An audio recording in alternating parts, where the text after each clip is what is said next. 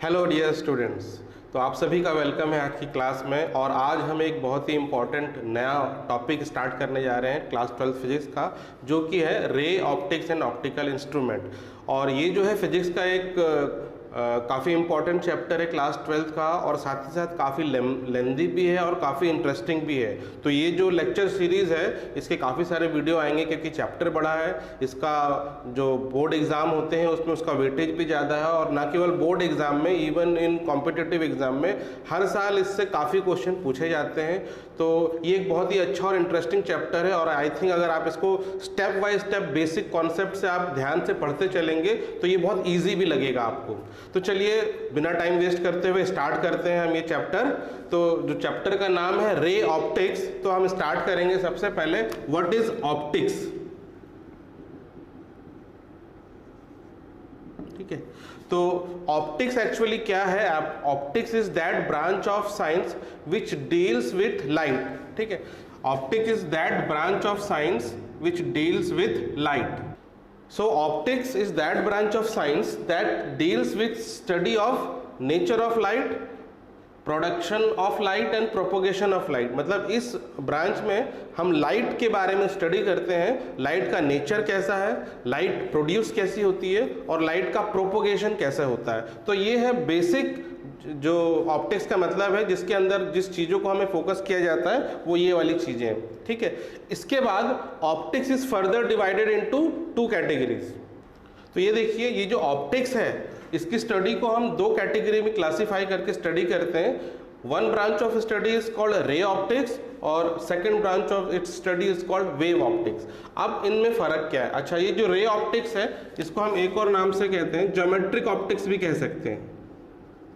ठीक है, तो रे ऑप्टिक्स से इसको ज्योमेट्रिकल ऑप्टिक्स भी कह सकते हैं, और इसको इसलिए कहते हैं क्योंकि रे ऑप्टिक्स में जितने भी जो ज्योमेट्री के प्रिंसिपल है वो सारे इसमें फॉलो होते हैं। ठीक है, अब बेसिक डिफरेंस क्या है रे ऑप्टिक्स और वे ऑप्टिक्स में? रे ऑप्टिक्स में हम पार्टिकल नेचर ऑफ लाइट को अज्यूम करके स्टडी करते हैं। देखिए लाइट क्या है? Light is an electromagnetic wave, और इसका नेचर कैसा है? इसका ड्यूअल नेचर होता है, इसका पार्टिकल नेचर भी होता है और वेव नेचर भी होता है। तो जब हम लाइट को एज एन पार्टिकल ट्रीट करते हैं और जब उसकी स्टडी करते हैं तो वो आता है रे ऑप्टिक्स के अंदर। तो इसमें जो बेसिक फेनोमेना हम स्टडी करते हैं that is reflection of light और रिफ्रैक्शन ऑफ लाइट और ऑप्टिकल इंस्ट्रूमेंट। ठीक है, तो रे ऑप्टिक्स में जो हमारा मेजर फोकस होगा reflection of light, refraction of light, और हम various types of optical instrument देखेंगे। वेव ऑप्टिक्स में हम लाइट का वेव नेचर को स्टडी करते हैं, और वेव नेचर को स्टडी करते हुए इसके अंदर जो हमारा जो फोकस होता है, जो हम स्टडी करते हैं, वो करते हैं डिफ्रैक्शन, इंटरफेरेंस, पोलराइजेशन। तो ये सारी चीज़ें हम वेव ऑप्टिक्स में पढ़ते हैं। तो जब वेव ऑप्टिक्स का एक सेपरेट चैप्टर है, जब आप वो पढ़ेंगे तो ये सारी चीज़ें उसमें आप पढ़ेंगे। तो अभी जो आपका फोकस है वो है रे ऑप्टिक्स। तो रे ऑप्टिक्स में हम ये वाली चीज़ें इसमें पढ़ने वाले हैं। नाउ रे ऑप्टिक्स को हम फर्दर क्लासीफाई करते हैं। जब उसको स्टडी करते हैं तो डिफरेंट जो क्लासिफिकेशन है रे ऑप्टिक्स का, ये देखिए 3 ब्रॉड क्लासिफिकेशन, इसी हेड्स के अंदर हम इसको स्टडी करेंगे रे ऑप्टिक्स को। तो रे ऑप्टिक्स का फर्स्ट क्लासिफिकेशन है रिफ्लेक्शन, रिफ्लेक्शन ऑफ लाइट, दूसरा है रिफ्रैक्शन ऑफ लाइट, और तीसरा है ऑप्टिकल इंस्ट्रूमेंट। ठीक है, रिफ्लेक्शन ऑफ लाइट जो है इसको हम फर्दर क्लासीफाई करते हैं प्लेन मिरर और स्फेरिकल मिरर में। रिफ्लेक्शन को हम दो हेड के अंदर पढ़ेंगे, प्लेन मिरर और स्फेरिकल मिरर। और स्फेरिकल मिरर भी फर्दर दो तरह के हो सकते हैं, one is concave and another is convex. ऐसे ही रिफ्रैक्शन को जब हम स्टडी करेंगे तो इसको हम क्लासीफाई करते हैं refraction through plane glass slab, refraction through lenses and refraction through prism. तो जब हम रिफ्रैक्शन को स्टडी करेंगे, refraction through glass slab, lenses और प्रिज्म, इन 3 कैटेगरी में इसको स्टडी करते हैं। नाउ ऑप्टिकल इंस्ट्रूमेंट जो है, हम 2 तरह के ऑप्टिकल इंस्ट्रूमेंट इसमें पढ़ेंगे। One is telescope, and the another is microscope. ठीक है। तो टेलीस्कोप जो दूर की चीज़ों को देखने के काम आता है, और माइक्रोस्कोप जो बहुत ही पास की चीज़ों को देखने में काम आता है। तो ठीक है, तो ये क्लासिफिकेशन है पूरा रे ऑप्टिक्स का, और इसी के थ्रू हम चलेंगे और पूरे रे ऑप्टिक्स को कवर करेंगे। तो ये एक आप बना लो, एक फ्लो चार्ट है, इसके बाद हम आगे बढ़ते हैं। चलिए अब आगे बढ़ते हैं। हमारा जो टॉपिक है, next topic, reflection through plane mirror. तो प्लेन मिरर के थ्रू हम रिफ्लेक्शन पढ़ने वाले हैं। तो सबसे पहले हम पढ़ेंगे what is plane mirror. Plane mirror होता क्या है, वो बनता कैसे है। तो प्लेन मिरर कुछ नहीं, एक ट्रांसपेरेंट आप ग्लास स्लैब लेंगे, ठीक है। ये ट्रांसपेरेंट ग्लास स्लैब है, और इसके एक साइड को आप सिल्वर से, ठीक है, सिल्वर से पेंट कर देंगे। बहुत ही पतली लेयर होगी सिल्वर की, इसके ऊपर एक कोटिंग कर देंगे सिल्वर का, ठीक है।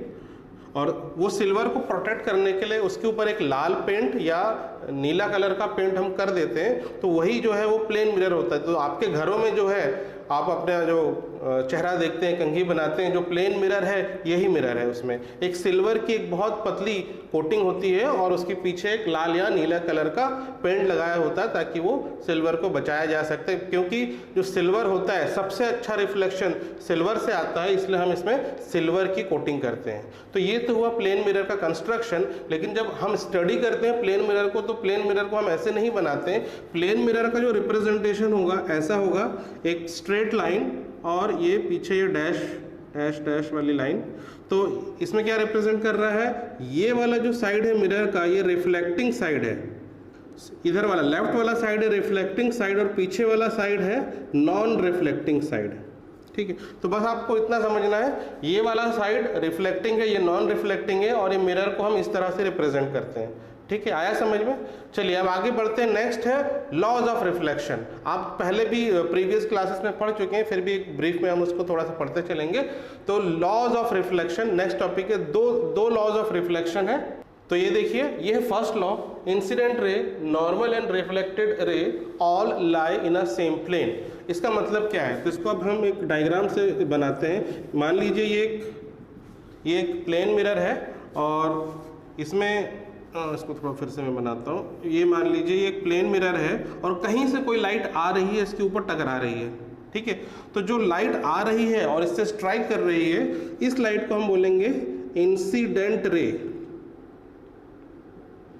ठीक है। इस जो आने वाली लाइट है इसको हम बोलेंगे इंसिडेंट रे। और आपको जैसे पता है, जब कोई भी लाइट टकराएगी मिरर पे तो क्या होगा, वो रिफ्लेक्ट हो जाएगी। तो ये यहाँ से टकराई और यहाँ से चले गई, तो ये जाने वाली जो रे है इसे हम कहेंगे रिफ्लेक्टेड रे, ठीक है। तो ये इंसिडेंट रे और रिफ्लेक्टेड रे जिस पॉइंट पे यहाँ पे टकराई हैं मिरर पे, इस पॉइंट पे हम एक परपेंडिकुलर लाइन ड्रॉ करते हैं। किसके परपेंडिकुलर, मिरर के परपेंडिकुलर, और ये लाइन आपकी है नॉर्मल, ठीक है। तो ये जो तीन लाइंस हैं ये सेम प्लेन में होगी, यानी एक ही प्लेन में। जैसे अभी हमने बोर्ड की प्लेन में बनाया, बोर्ड का प्लेन कौन सा है, एक्स वाई प्लेन है, तो ये तीनों लाइन एक्स वाई प्लेन में होगी। तो ये तीनों लाइन एक ही प्लेन में होगी, ये फर्स्ट लॉ है। और इसी के बाद सेकेंड लॉ क्या कहता है, incident angle and angle of reflection ये हमेशा इक्वल होगा, ठीक है। आई है एंगल ऑफ इंसिडेंस और आर है एंगल ऑफ रिफ्लेक्शन, दोनों इक्वल होगा। एंगल ऑफ इंसिडेंट क्या होता है, नॉर्मल और इंसिडेंट रे के बीच जो एंगल है वो एंगल ऑफ इंसिडेंट है, और रिफ्लेक्टेड रे और नॉर्मल के बीच में जो एंगल है वो एंगल ऑफ रिफ्लेक्शन है। तो ये दोनों की वैल्यू हमेशा सेम होगी। तो ये जब भी हम इसको पढ़ेंगे रिफ्लेक्शन को, ये दोनों लॉ को अप्लाई करके ही हम पढ़ेंगे। इसके बाद हम पढ़ते हैं ऑब्जेक्ट के बारे में। तो पूरे रे ऑप्टिक्स में आपको दो चीज़ें पढ़ने को बार बार मिलेगी, ऑब्जेक्ट और इमेज। तो ये दोनों चीज़ को हम यहाँ क्लियर करेंगे, फिर आगे बढ़ते हैं। देखिए ऑब्जेक्ट कोई भी ऑब्जेक्ट हो सकता है, ठीक है। ऑब्जेक्ट क्या होता है, कोई भी, मान लीजिए कोई स्टूल है, कोई टेबल है, कोई पत्थर है, या सन है, मून है, या कोई पर्सन, ये सभी ऑब्जेक्ट हैं। तो इन ऑब्जेक्ट को हम दो कैटेगरी में डिवाइड करते हैं, ठीक है। एक होगा रियल ऑब्जेक्ट और एक होगा वर्चुअल ऑब्जेक्ट। एक होगा रियल ऑब्जेक्ट और एक होगा वर्चुअल ऑब्जेक्ट। रियल और वर्चुअल ऑब्जेक्ट में फर्क क्या है, real object diverges light, virtual object converges light.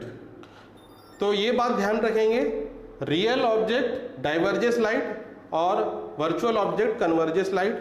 अब इसको एक एग्जांपल से आप समझ लीजिए। मान लीजिए एक एग्जांपल लेते हैं, ये एक फूल है, ठीक है। आप गार्डन में देखते होंगे ना अलग अलग तरह के फूल, तो अलग अलग कलर के। मान लीजिए ये एक फूल है और ये कैसा है फूल, ये ऑब्जेक्ट कैसा है, इसके पास खुद की लाइट नहीं है ना।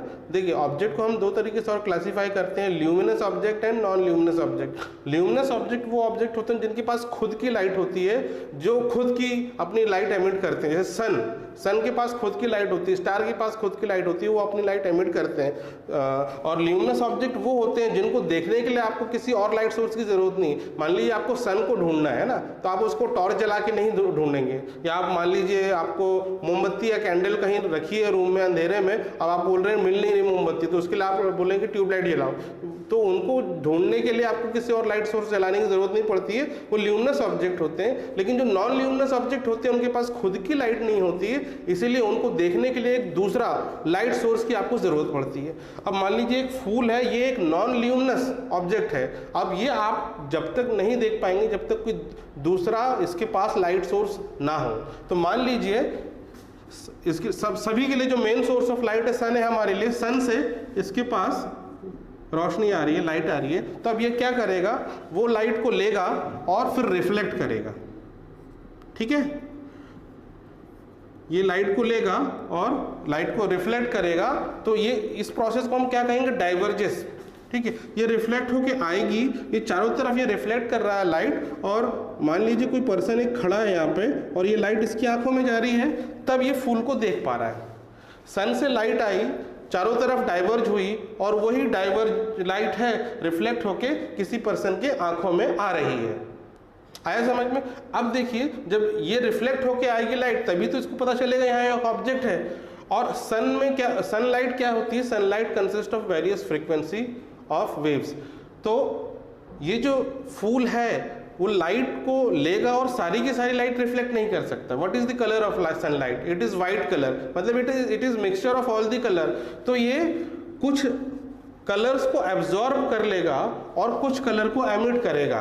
तो मान लीजिए ये रेड कलर एमिट कर रहा है, ठीक है, बाकी सारे कलर को इसने एब्जॉर्ब कर लिया है और ये रेड कलर एमिट कर रहा है, तो इस फूल का कलर जो देखने वाला है उसको रेड दिखेगा। आ रहा है समझ में?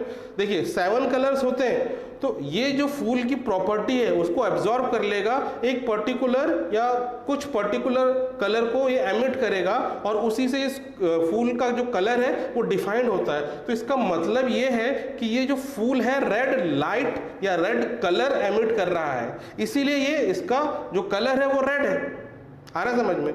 तो हम ये कह सकते हैं किसी भी कलर वाले ऑब्जेक्ट को देख के कि ये वो कलर एमिट कर रहा है, ठीक है। इसीलिए किसी भी ऑब्जेक्ट का कोई कलर होता है, जैसे जो लीव्स है, लीव्स ग्रीन कलर की होती है, वो ग्रीन कलर की नहीं होती है, वो ग्रीन कलर एमिट करती है। फूल जो है रेड कलर का नहीं होता, हम बोल सकते हैं वो रेड कलर रिफ्लेक्ट कर रहा है, ठीक है। तो इसी तरह से ये होते हैं डाइवर्ज करने वाले जो ऑब्जेक्ट होते हैं, उन्हें रियल ऑब्जेक्ट कहते हैं। और मान लीजिए कोई एक ऑब्जेक्ट ऐसा है जो इसकी तरफ, ठीक है, लाइट्स जो है आती हैं लेकिन जाती नहीं, तो इसकी तरफ जो आ रही है, कन्वर्ज कर रही है लाइट को, तो वो होता है वर्चुअल ऑब्जेक्ट। तो अब इसको हम जब पढ़ेंगे, जब डिफरेंट केसेस करेंगे, तो वहाँ पे उसको और अच्छे से मैं समझा दूंगा। तो फिलहाल आप ये समझिए, रियल ऑब्जेक्ट डाइवर्ज करता है चारों तरफ लाइट, वर्चुअल ऑब्जेक्ट कन्वर्ज करता है, ठीक है। ऐसे ही हम क्लासीफाई करते हैं इमेज को।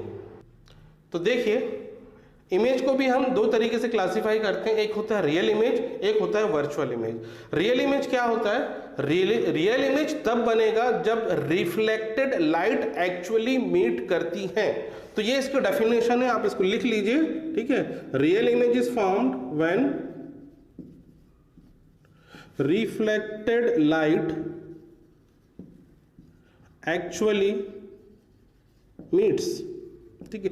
जब भी रिफ्लेक्टेड लाइट एक्चुअली मिलेंगी, उस पॉइंट पे जहां इंटरसेक्शन होगा रिफ्लेक्टेड लाइट का, वहां पे रियल इमेज बनेगी, ठीक है। और वर्चुअल इमेज क्या के केस में, when reflected light appears to meet, मतलब जो रिफ्लेक्टेड लाइट ऐसा लग रहा है कि वो मिल रही है बट एक्चुअली में नहीं मिलती है, तब बनता है वर्चुअल इमेज। तो इस तरह ये होती है रियल इमेज, ये होती है वर्चुअल इमेज। इसमें और भी डिफरेंसेस हैं, ठीक है, रियल इमेज और वर्चुअल इमेज। वर्चुअल इमेज होती है लेटरल इन्वर्टेड, ठीक है, आपने पहले भी पढ़ चुका है।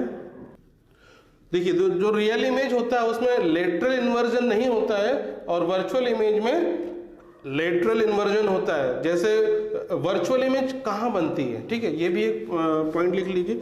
वर्चुअल इमेज बनती है प्लेन मिरर्स में, ठीक है। तो ये देखिए जो रियल इमेज है वो कहाँ बनती है, स्क्रीन में बनती है। कैसे स्क्रीन में, जैसे आप मूवी थिएटर में, थिएटर की जो स्क्रीन है या आपके पास जो टीवी स्क्रीन है, आपका मोबाइल का स्क्रीन है, ये सब रियल इमेज बनती है।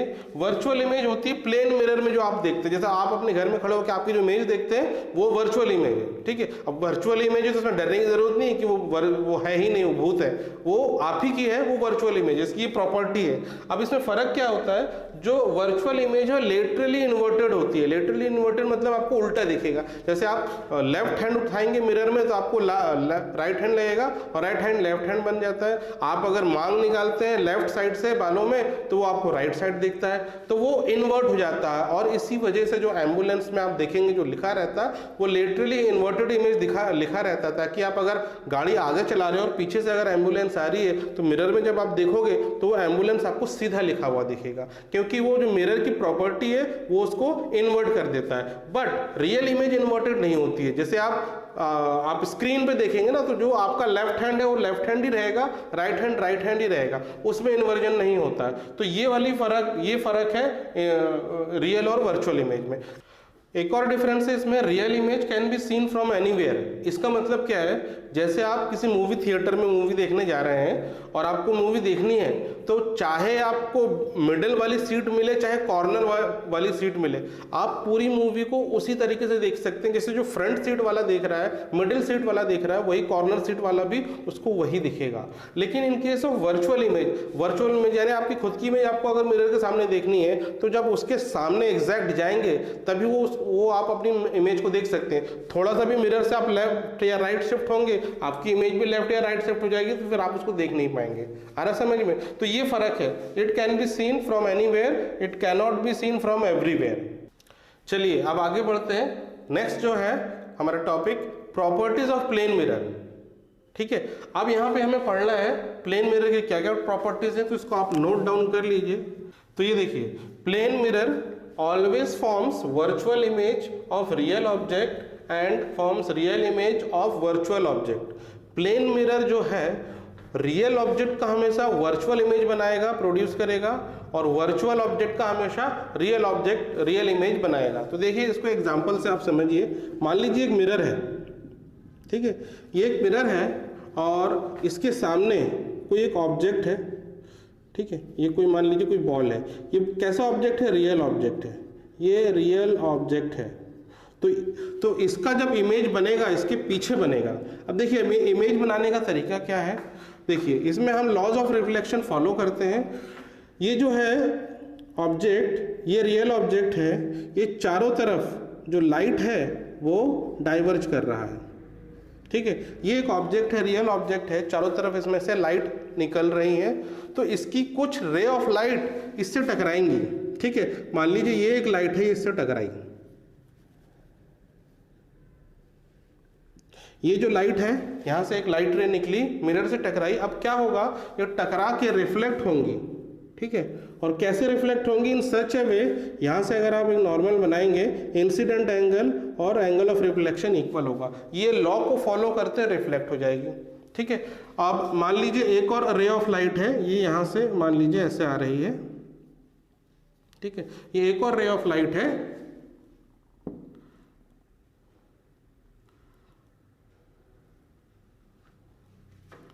ये देखिए ये एक और रे ऑफ लाइट है, ये मान लीजिए यहाँ पे टकराई और यहाँ पे भी ये लॉ ऑफ रिफ्लेक्शन फॉलो करते हुए ये रिफ्लेक्ट हो जाएगी, ठीक है। तो ये देखिए रिफ्लेक्टेड रे इधर ऊपर की तरफ जा रही है, ये वाली रिफ्लेक्टेड रे नीचे की तरफ आ रही है। तो ये रिफ्लेक्टेड रे क्या है, सेपरेट हो रही है, और आप दूर जाते जाएंगे सेपरेट होंगी, तो ये आपस में कभी नहीं मिलेंगी, ठीक है। इमेज तभी बनेगा जब ये रिफ्लेक्टेड रे आपस में मिले। तो देखिए मान लीजिए यहाँ पे कोई पर्सन है, ये कोई पर्सन, ये इसकी आंख है और ये इस रे को देख रहा है। अब लाइट रे की प्रॉपर्टी क्या होती है, वो रेक्टिलिनियर पाथ फॉलो करती है, मतलब light travels in straight line. तो इस पर्सन को क्या लगेगा कि ये लाइट जो आ रही सीधे आ रही है, कहाँ से आ रही है, ये इधर मिरर के पीछे से कहीं से आ रही है, इसको ऐसा लगेगा। ठीक है, मान लीजिए एक और पर्सन है यहाँ पे इस रे ऑफ रिफ्लेक्टेड लाइट को देख रहा है, और जब ये देखेगा तो इसको कैसा लगेगा, ये जो रे ऑफ लाइट है कहीं पीछे से आ रही है। ठीक है, तो ये रे ऑफ लाइट और रे ऑफ लाइट ऐसा लगेगा कि यहाँ कहीं पीछे मीट कर रही हैं, तो इसका मतलब है यहाँ पे कहीं इसका इमेज बनेगा। ये अभी रियल और वर्चुअल का डेफिनेशन देखा इमेज का। ये रिफ्लेक्टेड लाइट है, ये रिफ्लेक्टेड लाइट है, एक्चुअली मीट नहीं करेंगी, but they appear to meet behind the mirror. ये मिरर के पीछे ऐसा लगेगा कि पीछे से आ रही है मीट करके, तो यहाँ पे जो बनेगा इमेज बनेगा इसका। ये रियल ऑब्जेक्ट है, तो ये जो इमेज है ये कैसा हुआ, वर्चुअल इमेज। ठीक है, ये है रियल ऑब्जेक्ट, ये रियल ऑब्जेक्ट का वर्चुअल इमेज। आया समझ में? अब सेकंड केस देखते हैं, जब कोई एक हम ऑब्जेक्ट लेते हैं जो कि वर्चुअल ऑब्जेक्ट है। मान लीजिए मिरर है, ये एक जो ऑब्जेक्ट है वर्चुअल ऑब्जेक्ट है। ठीक है, this is virtual object. Virtual object की प्रॉपर्टी क्या है, इट कन्वर्जेस लाइट, मतलब इसके पास चारों तरफ से जो लाइट्स हैं आ रही हैं। ठीक है, इधर से सारी लाइट्स आ रही हैं, वैसे इस तरफ से भी इसके पास लाइट आएंगी, चारों तरफ से इसके पास जो है लाइट आ रही है।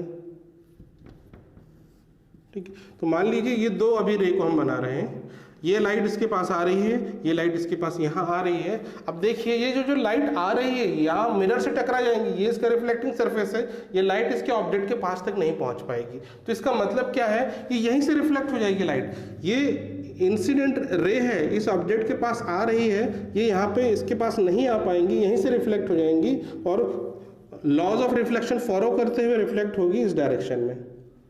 ठीक है, ये लाइट आई और रिफ्लेक्ट हो गई। वैसे ही ये दूसरी रे ऑफ लाइट है, इस ऑब्जेक्ट की तरफ आ रही है, लेकिन मिरर उसको रोक देगा और ये लाइट यहीं से रिफ्लेक्ट हो जाएगी इस डायरेक्शन में। आ रहा है समझ में? तो देखिए एक रे ऑफ लाइट ये रिफ्लेक्ट हुई, दूसरी ये रिफ्लेक्ट हुई, तो ये जो पॉइंट पे क्या हुआ, दोनों रिफ्लेक्टेड रे आपस में मिल गई। ठीक है, तो इसका मतलब क्या है, यहाँ पे इमेज बनेगा, इस वर्चुअल ऑब्जेक्ट का यहाँ इमेज बनेगा। और इमेज कैसा बन रहा है, ये जो रिफ्लेक्टेड रे एक्चुअली में मीट कर रही हैं, इसीलिए ये जो इमेज है ये है इसका रियल इमेज। आ रहा समझ में? तो ये बात ध्यान रखेंगे, रियल ऑब्जेक्ट का virtual image and virtual object का रियल इमेज बनता है in case of plane mirror. ये है नेक्स्ट प्रॉपर्टी। देखिए, distance of object from mirror is always equal to the distance of image from the mirror. इसका मतलब क्या है, मान लेते हैं ये एक मिरर है और इसके लेफ्ट साइड एक ऑब्जेक्ट रखा है और इसका कुछ डिस्टेंस है, मान लेते हैं इसका डिस्टेंस है x। ठीक है, तो अकॉर्डिंग टू दिस प्रॉपर्टी इसके जस्ट पीछे x डिस्टेंस पे ही इसका इमेज बनेगा, वर्चुअल इमेज बनेगा अगर ये रियल है तो। और जो ऑब्जेक्ट का डिस्टेंस होगा मिरर से, वही इमेज का भी डिस्टेंस होगा मिरर से। ये है ऑब्जेक्ट और ये है इमेज, तो दोनों का डिस्टेंस हमेशा इक्वल होगा। आया समझ में? तो चलिए अब इस प्रॉपर्टी के ऊपर हम एक क्वेश्चन करेंगे। एक बड़ा ही सिंपल सा क्वेश्चन है, आपको एक ऑब्जेक्ट दिया है, मिरर दिया है, उनके बीच का डिस्टेंस दिया है और आपको इमेज का पोजीशन बताना है। ठीक है, तो देखिए एक क्वेश्चन है, ये हमारा जो है प्लेन मिरर है और यहाँ पे हम कोऑर्डिनेट सिस्टम ले रहे हैं। ये है x कोऑर्डिनेट और जो मिरर है y कोऑर्डिनेट में रखा हुआ है और ये जो है ये आपका ओरिजिन है। आया समझ में? अब इस x एक्सिस में -50,0 पे एक ऑब्जेक्ट रखा है और आपसे पूछा है जो इमेज बनेगा उस इमेज का कोऑर्डिनेट क्या होगा। आ रहा समझ में? एक बार फिर से मैं बता दूं, y एक्सिस में मिरर है, x एक्सिस में आपका ऑब्जेक्ट है, मिरर जो है ओरिजिन पे रखा हुआ है। यदि -50,0 पे ऑब्जेक्ट है तो इसका इमेज किस कोऑर्डिनेट पे बनेगा? बड़ा ही आसान सा है। देखिए जो डिस्टेंस होगा ऑब्जेक्ट का वही डिस्टेंस इमेज का होगा, तो इमेज कहीं यहाँ पे बनेगी। ठीक है, इमेज कहीं यहाँ पे बनेगी और उसका कोऑर्डिनेट क्या होगा 50,0। जितना ये डिस्टेंस है उतना ही ये डिस्टेंस है। आ रहा है समझ में? यदि मैं ऑब्जेक्ट को आगे कर दूं, मान लीजिए अब मैं यहाँ कर रहा हूँ -20,0, ठीक है। यदि ऑब्जेक्ट है -20,0 में तो इमेज बनेगा +20,0। जितना दूर ऑब्जेक्ट का डिस्टेंस उतना ही दूर इमेज का भी डिस्टेंस होगा। आ रहा है समझ में? चलिए अब मैं इस क्वेश्चन में थोड़ा सा चेंज करता हूँ। ये हमारा x एक्सेस है, ये y एक्सेस है। अब जो है ऑब्जेक्ट रखा है -50,0 पे रखा है, और जो मिरर है, मिरर इज प्लेस्ड यहाँ पे, दैट इज 15,0, ठीक है। अब जो है, अब जो मिरर है वो रखा है 15,0 पे, और इधर ऑब्जेक्ट है। अब आपको इमेज का कोऑर्डिनेट बताना है, तो एक बार आप वीडियो पॉज करो और उसका आंसर निकालो और फिर चेक करो कि क्या है, आपका सही आ रहा है कि नहीं। तो देखिए मैं यहाँ इसको एक्सप्लेन कर रहा हूँ। जब आप इमेज का डिस्टेंस निकालेंगे हमेशा मिरर से निकालेंगे। मिरर से ऑब्जेक्ट का डिस्टेंस कितना है? ये तो यहाँ से यहाँ, ये ओरिजिन है, ये तो हो गया 50, और यहाँ से यहाँ हो गया 15। इसका मतलब क्या है, यहाँ से जो इमेज का डिस्टेंस होगा कितने यूनिट पे होगा? 50 + 15 यानी 65। तो यहाँ से 65 पीछे आना। देखिए ये ओरिजिन है और ये ऑलरेडी 15 पे है, 15 से और 65 आप पीछे आएंगे, तो 65 + 15 यानी यहाँ पे जो ऑब्जेक्ट का इमेज बनेगा 80,0 पे बनेगा, ठीक है। आ रहा है समझ में? आपको यहाँ से 65 आगे जाना है, ये ऑलरेडी 15 पे, 15 से और 65 आगे जाएंगे तो 15 + 65 हो गया 80, तो 80 पे इसका बनेगा इमेज। आ रहा है समझ में? चलिए इसको एक और क्वेश्चन से समझते हैं। देखिए अब वही वाला सिनेरियो है, ये y एक्सेस है, ये x एक्सेस है। ऑब्जेक्ट जो रखा है, ऑब्जेक्ट जो रखा है -50,0 पे रखा है, और इस बार जो मिरर है वो इधर है, लेफ्ट हैंड साइड है, इधर है मिरर। मिरर, एक मिनट, ये जो मिरर है कहाँ रखा है? द कोऑर्डिनेट जिस पॉइंट पे रखा है मिरर, दिस इज -15,0, ठीक है। ये मिरर रखा है -15,0 पे, तो इस केस में इमेज का जो है कोऑर्डिनेट क्या होगा? एक बार वीडियो पॉज करो और पॉज करके इसका एक बार आंसर निकालो और फिर चेक करो आपका सही है कि नहीं। तो मीनवाइल मैं इसका आंसर बताता हूं आप लोगों को। तो हमेशा डिस्टेंस मिरर से मेजर करना है। तो ये देखिए यहाँ से हम डिस्टेंस मेजर करेंगे, यहाँ से कितना डिस्टेंस है? देखिए ये तो ऑलरेडी 15 है, यहाँ से यहाँ का डिस्टेंस, तो यहाँ से यहाँ का कितना होगा? ये होगा 35, ठीक है। क्योंकि टोटल जो डिस्टेंस है ओरिजिन से ये है 50 और ये ऑलरेडी 15 है, इसका मतलब यहाँ से यहाँ हुआ 35। तो इसका ये मतलब है जो इमेज बनेगा वो इधर से 35 यूनिट पीछे होगा, इधर से 35 यूनिट पीछे होगा। तो जब हम इधर से 35 जाएंगे तो यहाँ से हम पहुँचेंगे ओरिजिन पे, ये हो गया 15 यूनिट। यहाँ से हम और आगे चलेंगे 20 यूनिट पे, ठीक है। तो ये जो कोऑर्डिनेट हुआ 20,0, तो यहाँ से 15 + 20 35 हो गया, तो 20,0 पे इसका इमेज बनेगा। आया समझ में? चलिए एक और केस लेके देखते हैं। देखिए ये एक और केस है। अब देखिए ऑब्जेक्ट वहीं पे रखा है -50,0 पे। अब जो हमारा मिरर है वो ओरिजिन पे ही है, लेकिन वो टिल्ट हो गया है बाय सम एंगल 45 डिग्री, ठीक है। 45 डिग्री से ये टिल्ट हो गया है। अब आपको बताना है कि इसका जो इमेज है वो कहाँ बनेगा। तो इस केस में ये तो डेफिनेट है कि ये जो इमेज है इधर x एक्सिस में नहीं बनेगा, वो थोड़ा सा रोटेट हो जाएगा। अब वो कहाँ पे उसका इमेज बनेगा, तो इसको हम रे डायग्राम से बनाते हैं। तो सबसे पहली बात ये जो मिरर है, मिरर हमेशा, प्लेन मिरर हमेशा वर्चुअल इमेज बनाता है। तो जो इमेज बनेगी यहाँ कहीं मिरर के बिहाइंड, बैक साइड में ही बनेगी। तो देखिए हम यहाँ से रेज निकालेंगे, कोई भी रेज निकाल सकते हैं। एक रेज सीधे गई यहाँ से यहाँ, ठीक है। अब ये जो है, ये रे जो है ये रिफ्लेक्ट होगी।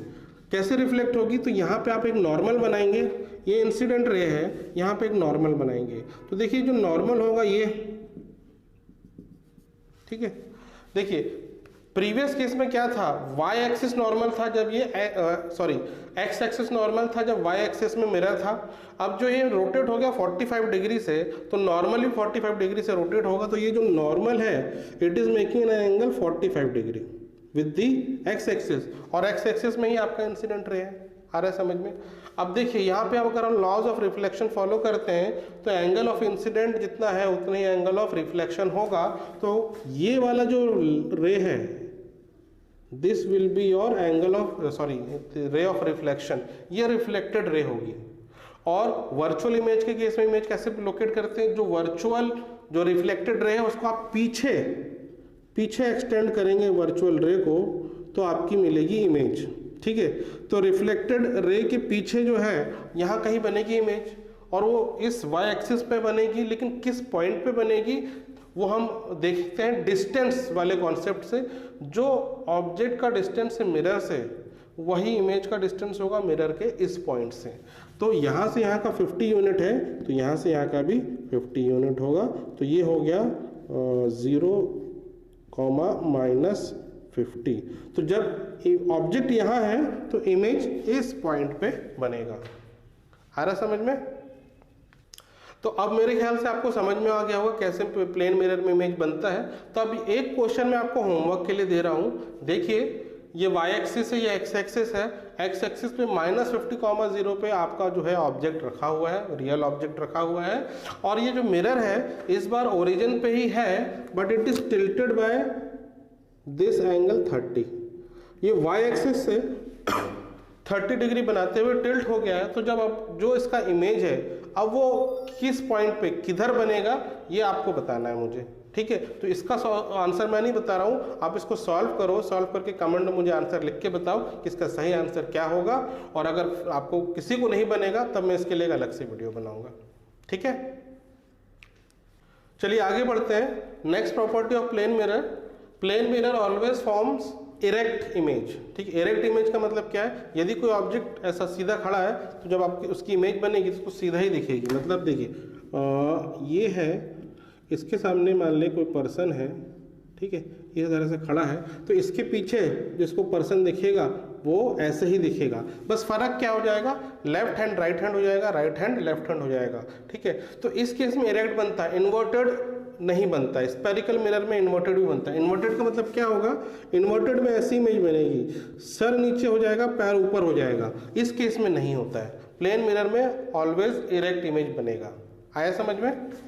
चलिए नेक्स्ट प्रॉपर्टी देखिए, ये नेक्स्ट प्रॉपर्टी है, size of image in plane mirror is always equal to size of object.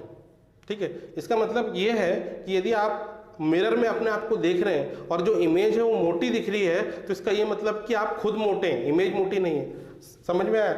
तो इसका ये मतलब है जो इमेज है वो ऑब्जेक्ट की ही साइज की होती है। अगर कोई छोटा ऑब्जेक्ट है वो मैग्नीफाई होकर आपको नहीं दिखेगा, या वो डिमिनिश होकर छोटा नहीं दिखेगा। यही इस प्रॉपर्टी का मतलब है। Now next is magnification. देखिए मैग्निफिकेशन का क्या मतलब होता है, height of image upon height of object. In case of plane mirror जो इमेज का हाइट या साइज होगा वही ऑब्जेक्ट का हाइट या साइज होगा। तो इस केस में दोनों की वैल्यू सेम होगी, इसको कैंसिल करके हम निकालेंगे तो 1 आएगी इसकी वैल्यू।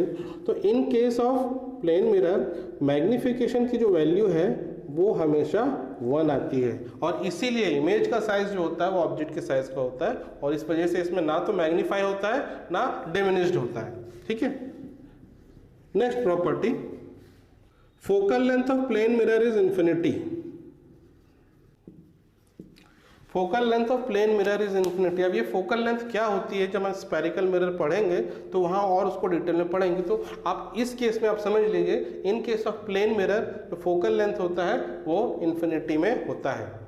ठीक है, तो ये है प्लेन मिरर की प्रॉपर्टीज, और आज हम क्लास यहीं पे एंड करेंगे। इसके आगे हम नेक्स्ट क्लास में कंटिन्यू करेंगे, और भी जो है इसके और भी क्वेश्चंस देखेंगे, और भी जो प्लेन मिरर के जो कॉन्सेप्ट है। नेक्स्ट क्लास में प्लेन मिरर वाला हम खत्म करके फिर स्पेरिकल मिरर भी स्टार्ट करेंगे। So that's all for today, have a nice day.